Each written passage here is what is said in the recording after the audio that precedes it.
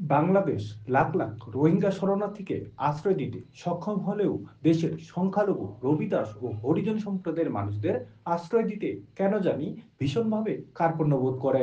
প্রতিনিয়ত খবরের পত্রিকায় দেখা যায় তথাকথিত উন্নয়ন প্রকল্পের নামে এই সহজ সরল সাধারণ নিরপরাধ মানুষদের উচ্ছেদের খবর। অথচ এই মানুষেরাও স্বাধীন বাংলাদেশের নাগরিক এবং একটি স্বাধীন দেশের নাগরিক হিসেবে বাসস্থান হচ্ছে তাদের অন্যতম মৌলিক অধিকার।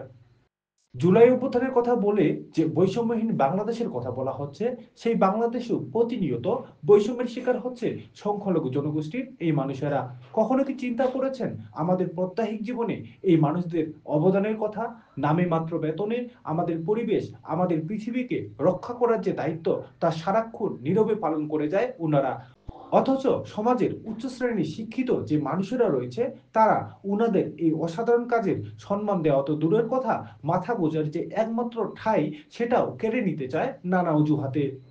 বরিশাল নগরীতে উচ্ছেদ আতঙ্কে দিন পার করছে কাঠপট্টি হরিজন কলোনির বাসিন্দারা। দাবি আগে পুনর্বাসন তারপর উচ্ছেদ। বরিশাল নগরীর কাঠপট্টি এলাকার ঐতিহাসিক হরিজন কলোনিতে নেমে এসেছে উচ্ছেদের ছায়া। কয়েকশো বছর ধরে এই স্থানে বসবাস করে আসা হরিজন সম্প্রদায়ের মানুষ এখন রাত কাটাচ্ছেন চরম উৎকণ্ঠা ও আতঙ্কে। স্থানীয়দের অভিযোগ, প্রশাসন পুনর্বাসনের কোনো ব্যবস্থা না করে উচ্ছেদের উদ্যোগ নিয়েছে। এতে করে অনেকগুলো পরিবার বাস্তুচ্যুত হয়ে পড়বে। পরিবারগুলোর মধ্যে রয়েছে ছোট ছোট শিশু, বিবাহযোগ্য তরুণী, কর্মহীন বৃদ্ধ ও অসহায় নারী। তাদের প্রশ্ন, আমরা কোথায় যাব? এখানে মনে করেন বিগত 100-150 বছর ধরে আছি। এখন আমাদের ছেলেমেয়েরা স্কুলে ভর্তি হয়েছে, ওদের পড়াশোনা, তারপরে যেই টাকা বেতন পাই এতে আমাদের সংসারই চলে না। আমরা যে ভাড়া কোথাও থাকবো সেই জায়গাও না। আমাদের খালি একটাই অনুরোধ বিভাগীয় কমিশনার স্যারের কাছে যে আমরা যেন সন্তানাদি নিয়ে সুন্দরভাবে বসবাস করতে পারি, এই ব্যবস্থাটুকু কইরা দিতে।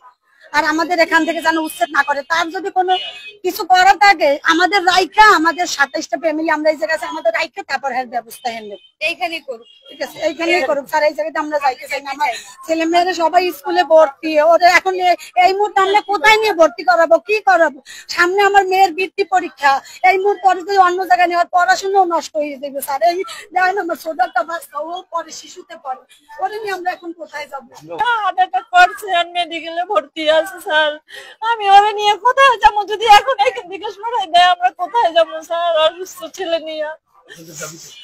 আমাদের দাবি আমরা যেন এখানেই থাকতে পারি, আমরা এখানেই চাই, আমাদের সেই ব্যবস্থা করিয়ে দেন। বাসিন্দাদের দাবি, রাষ্ট্র যদি সত্যি উন্নয়ন করতে চায় তবে আগে তাদের জন্য যথাযথ পুনর্বাসনের ব্যবস্থা করতে হবে। না হলে শতবর্ষ ধরে গড়ে ওঠা এই বসতি হারিয়ে তারা চরম মানবিক বিপর্যয়ে পড়বে। প্রশ্ন হলো, যে উন্নয়ন দেশের নাগরিকদের গৃহহীন বানিয়ে ফেলে সেই উন্নয়ন কতটুকু যুক্তিসঙ্গত? কখনো ভেবেছেন এই সাধারণ মানুষগুলো যদি না থাকে, তারা যদি আমাদের পরিবেশ প্রকৃতির দায়িত্ব না নেয়, তাহলে আজ আমরা যে পৃথিবীতে বসবাস করছি সেখানে কি কোনো মানুষ বসবাস করতে পারবে? সচেতন মহল মনে করছে সংখ্যালঘু ও হিন্দু হওয়ার কারণে একটি সন্ত্রাসী গোষ্ঠী প্রতিনিয়ত এই সাধারণ মানুষদের উপর নির্যাতন চালাচ্ছে, অবৈধভাবে দখল করার চেষ্টা চালাচ্ছে তাদের জমি ও বসত ভিটা। তারা বলেন এই কলোনির ইতিহাস ও সামাজিক বাস্তবতা বিবেচনা করে সরকারকে দ্রুত বিকল্প আবাসনের ব্যবস্থা নিশ্চিত করা উচিত, অন্যথায় বড় ধরনের মানবিক সংকট দেখা দিতে পারে। বকুল চন্দ্র বর্মন, ভয়েস অফ মাইনরিটিস।